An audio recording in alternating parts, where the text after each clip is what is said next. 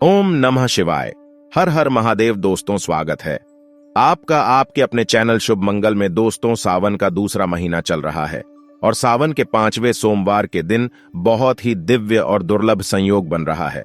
और अगर आप इस दिन इस एक जगह पर एक जोड़ी हरी चूड़ी बांध देते हैं तो मात्र 24 घंटे में आपकी हर मनोकामना पूरी हो जाएगी और आपके घर से हर प्रकार की समस्या खत्म हो जाएगी।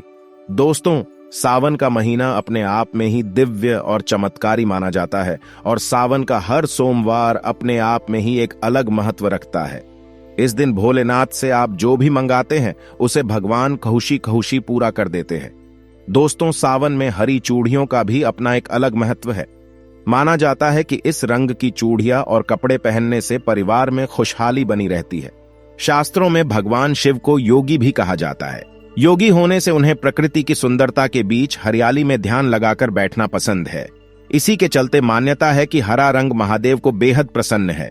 इस महीने सुहागिन महिलाएं हरे रंग की चूड़ियां और कपड़े पहनती हैं क्योंकि हरा रंग सुहागिनों के सौभाग्य का प्रतीक होता है।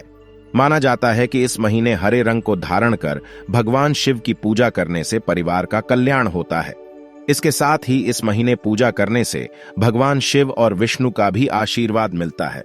दोस्तों आगे बढ़ने से पहले अगर आप भी चाहते हैं महादेव की कृपा आप पर और आपके पूरे परिवार पर रहे तो इस वीडियो को लाइक करके चैनल को सब्सक्राइब करें और कमेंट में हर हर महादेव जय शिव शंभू लिखना ना भूलें। दोस्तों इस वृक्ष पर सावन के किसी भी सोमवार के दिन यहां बांधे हरी चूड़ी दुर्भाग्य सौभाग्य में बदल जाएगा। कैसी भी आपकी गरीबी हो, कैसी भी आपकी परेशानी हो, कष्ट हो, तकलीफ हो, जीवन में जो समस्याएं चली आ रही है वह सारी समस्याएं समाप्त हो जाएगी। और केवल एक ही सोमवार के दिन अगर आप ये उपाय करते हैं, हरी चूड़ी अगर इनमें से किसी भी वृक्ष पर बांधते हैं तो आपकी जन्म जन्मांतर की गरीबी भी मिट जाएगी और शीघ्र आपकी एक ही सोमवार के दिन ये उपाय करने से मनोकामना पूर्ण होगी। तो दोस्तों वह वृक्ष कौन से हैं आइए जानते हैं। प्रथम वृक्ष है दोस्तों शमी का वृक्ष। शमी के वृक्ष के बारे में ध्यान से सुनिए। शमी का वृक्ष माता पार्वती एवं भगवान भोलेनाथ जी का मिश्रित रूप खा जाता है। जो दोस्तों शमी के वृक्ष को उमा महेश्वर भी कहा गया है। पूरे सावन शमी के वृक्ष पर माता पार्वती और भगवान भोलेनाथ जी का वास माना जाता है। सावन के महीने में गोधूलि बेला पर और प्रदोष काल में यानी इस समय अर्थात जब न दिन हो और न ही रात्रि हो, संध्या काल का समय हो, तो इस वृक्ष को संध्या काल के समय गोधूलि बेला पर या प्रदोष काल के समय इस वृक्ष को छूने से सभी दोष कष्ट परेशानियां समाप्त हो जाती हैं। केवल सावन के महीने में छूने मात्र से दोस्तों सावन के महीने में शमी वृक्ष की जड़ पर अगर कच्चा दूध डाला जाए तो भगवान भोलेनाथ शीघ्र प्रसन्न होते हैं एवं माता पार्वती जी का खूब आशीर्वाद प्राप्त होता है। शमी का वृक्ष जिस घर में लगा होता है उस घर में कल्याण हो जाते हैं, सभी प्रकार के भौतिक सुखों की प्राप्ति होती है। तो दोस्तों सावन की किसी भी सोमवार के दिन शमी वृक्ष पर उमा महेश्वर का ध्यान करते हुए 2 जोड़ी हरी चूड़ी जरूर बांधे, सभी प्रकार के भौतिक सुखों की प्राप्ति होती है। दोस्तों सावन के किसी भी सोमवार के दिन इस वृक्ष पर आप उमा महेश्वर का नाम करते हुए हरी चूड़ी बांधे। दोस्तों हरे रंग का श्रृंगार जो भी मिल जाए उसे जरूर बांधे, कैसी भी आपकी मनोकामना हो एक ही सोमवार में शीघ्र पूर्ण हो जाएगी।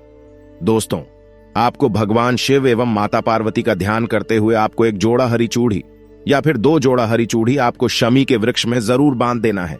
या फिर पूरे सावन में अगर आप शमी के पत्ते भगवान भोलेनाथ के पूजन में उन्हें चढ़ाते हैं तो इससे आपके घर में माता लक्ष्मी जी स्वयं वास करने आती हैं।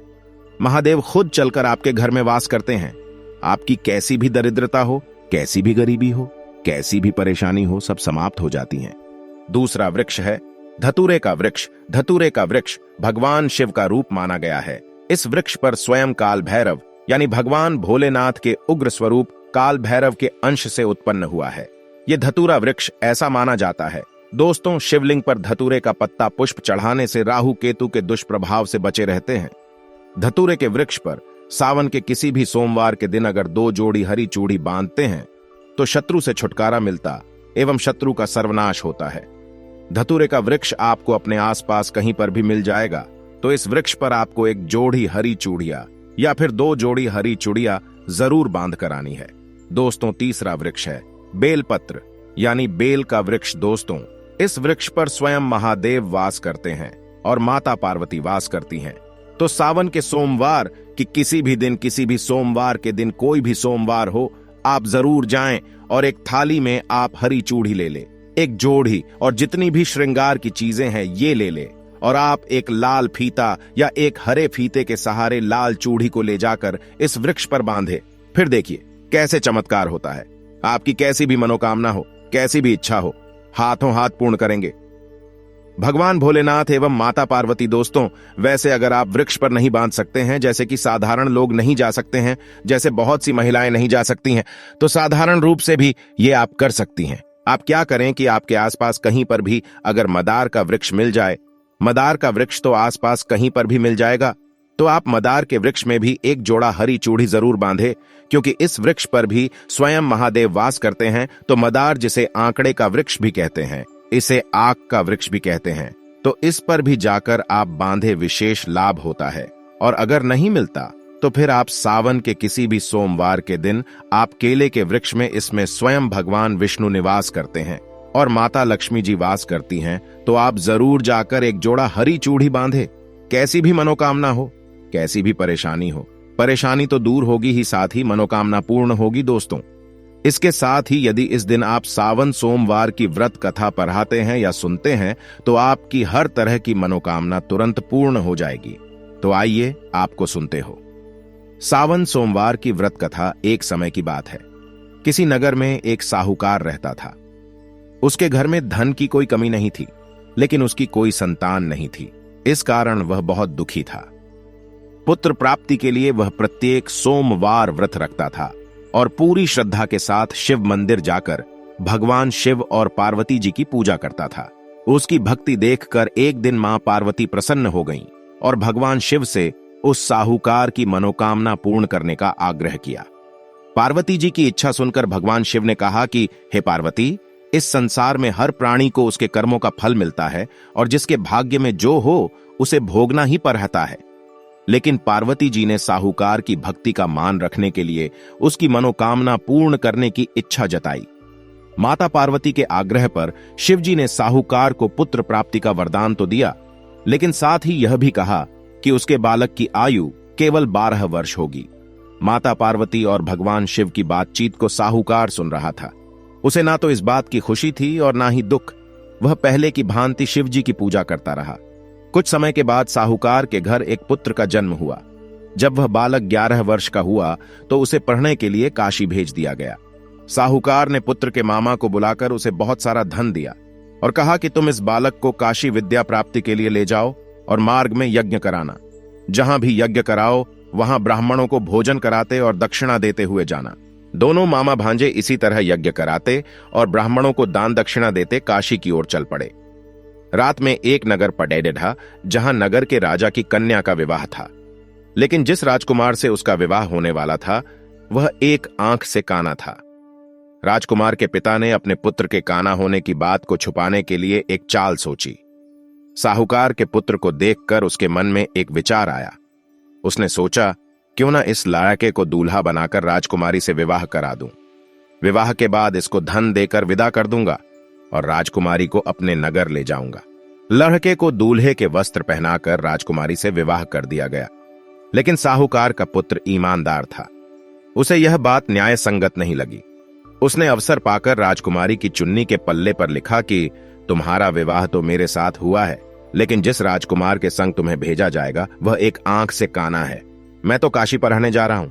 जब राजकुमारी ने चुन्नी पर लिखी बातें पढ़ी तो उसने अपने माता पिता को यह बात बताई।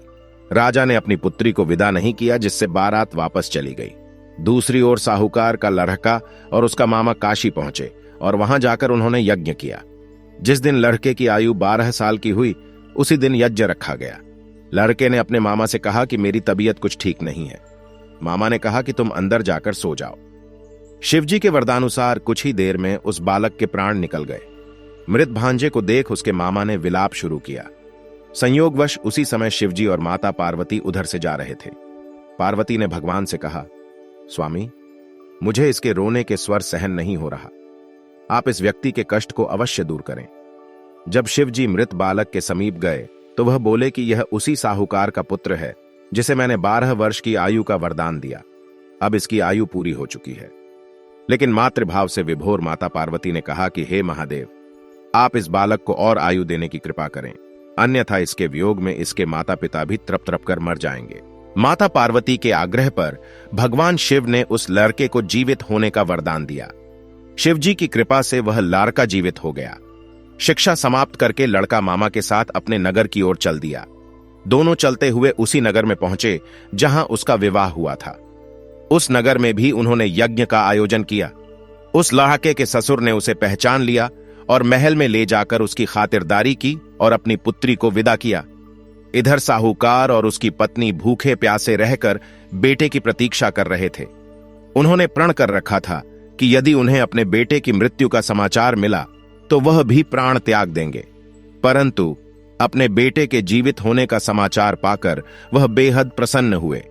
उसी रात भगवान शिव ने व्यापारी के स्वप्न में आकर कहा, हे श्रेष्ठी, मैंने तेरे सोमवार के व्रत करने और व्रत कथा सुनने से प्रसन्न होकर तेरे पुत्र को लंबी आयु प्रदान की है। इसी प्रकार जो कोई सोमवार व्रत करता है या कथा सुनता और पढ़ाता है, उसके सभी दुख दूर होते हैं और समस्त मनोकामनाएं पूर्ण होती हैं।